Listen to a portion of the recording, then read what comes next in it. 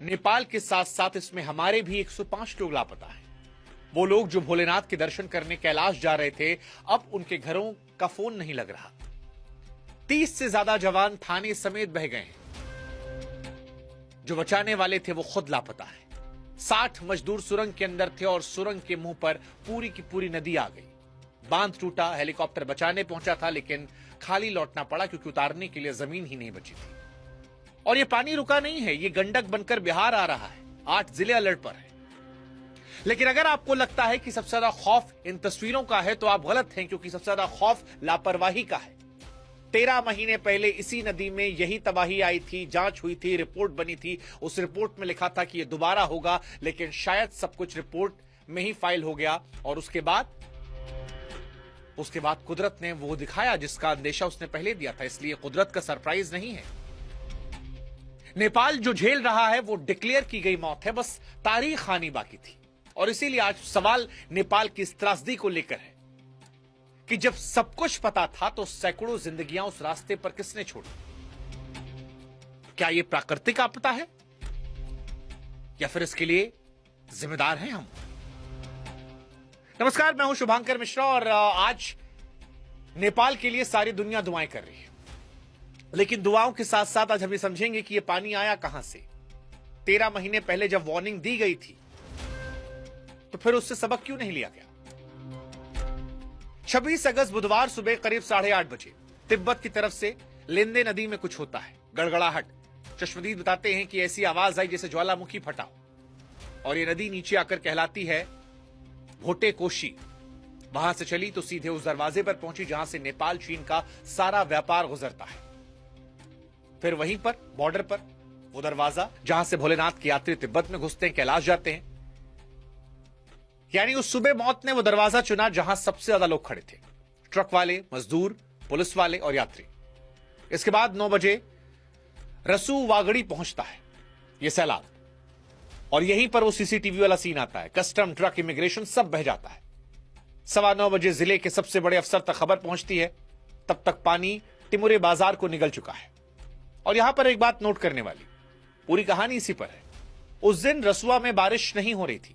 खुद जिला अफसर ने कहा, यानी ये बादल पटने वाली बाढ़ नहीं थी, ये पानी कहीं और से आया था। पानी दौड़ता है, रास्ते में जो आता है, गांव, बाजार, सबको निगलता चला गया, बस्तियों को। जितनी तेजी से आया उतनी तेजी से गुजर गया और पीछे कीचड़, मलबा, सन्नाटा सब छोड़कर चला गया। इस तबाही का अगर आप हिसाब लगाएंगे तो आप जानते हैं नेपाल में इस पानी ने क्या क्या निकला। सबसे पहले रक्षकों को निकला। बॉर्डर से लेकर नीचे घाटी तक 3 के 3 पुलिस पोस्ट बह गए। 32 जवान लापता हैं, यानी जिनकी ड्यूटी थी बचाना, उन्हें ढूंढा जा रहा है। दूसरा, सुरंग के 60 लोग। लंगटांग हाइड्रो प्रोजेक्ट पहाड़ के पेट में अंधेरे में काम चल रहा था। बाहर क्या हो रहा था कोई अंदाजा नहीं। सुरंग के मुंह पर पूरी नदी आई, अंदर से कोई खबर नहीं, सब बर्बाद। तीसरा, हेलीपैड बह गया, हेलीकॉप्टर को लौटना पड़ा, सड़कें कटी हैं। फौज के जवान चट्टानों के सहारे बच्चों को निकाल रहे हैं। बांध, उनको नुकसान पहुंचा। 216 मेगावाट के अपर त्रिशूली प्रोजेक्ट का बांध टूटा तो पहाड़ जितने सैलाब में बांध का रुका पानी भी जुड़ गया, त्रिशूली बाजार में घुसा और सब बहा ले गया। 13 पावर प्रोजेक्ट सब ठप में। और इंसान 22 मौत की पुष्टि हुई है, लेकिन यह आंकड़ा छोटा है क्योंकि लगभग 400 से संपर्क टूटा है। 291 विदेशी हैं, 105 भारतीय हैं, 37 एनआरआई हैं। सबसे ज्यादा तो कैलाश रूट पर है।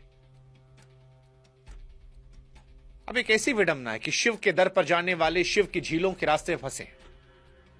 हालांकि सभी लापता का मतलब मौत नहीं है। टावर बहे हैं, रास्ते कटे हैं, लोग सुरक्षित मिल भी रहे हैं, आंकड़े हर घंटे बदल रहे हैं, लेकिन डर है। सीमा पार और बुरा हाल है। तिब्बत की वो पोर्ट जहां से कैलाश यात्री एंट्री करते हैं, वहां दर्जनों लोग बहे हैं। हालत ऐसी है कि खुद चाइना के शी जिनपिंग को सर्च का आदेश देना पड़ा। इधर नेपाल के पीएम बालेन शाह ने नदी किनारे लोगों सतर्क रहने की अपील की है। भारत भी मदद की बात कर रहा है।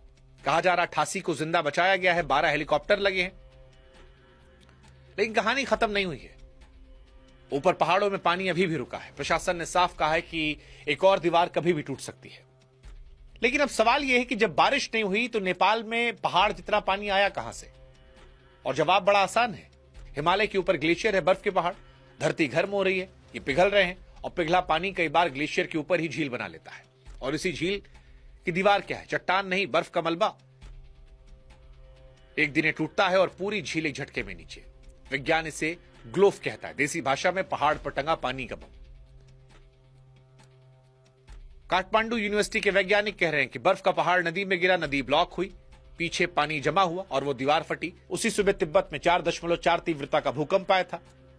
अब कोई कह रहा भूकंप ने गिराया, कोई कह रहा झील फटी, सब अलग अलग चला रहे हैं। लेकिन सच ये है कि ये बम इस घाटी में पहले ही फट चुका था। हमें पता था कि यहां ऐसा हो सकता है, तैयारियां नहीं थी। 8 जुलाई 2025 को यही नदी यही तिब्बत में सैलाब लेकर आई थी। 9 मौत हुई थी, 19 लापता थे। नेपाल चीन को जोड़ने वाला फ्रेंडशिप ब्रिज बह गया था और कैलाश यात्रा का यह रूट महीनों के लिए टूटा था।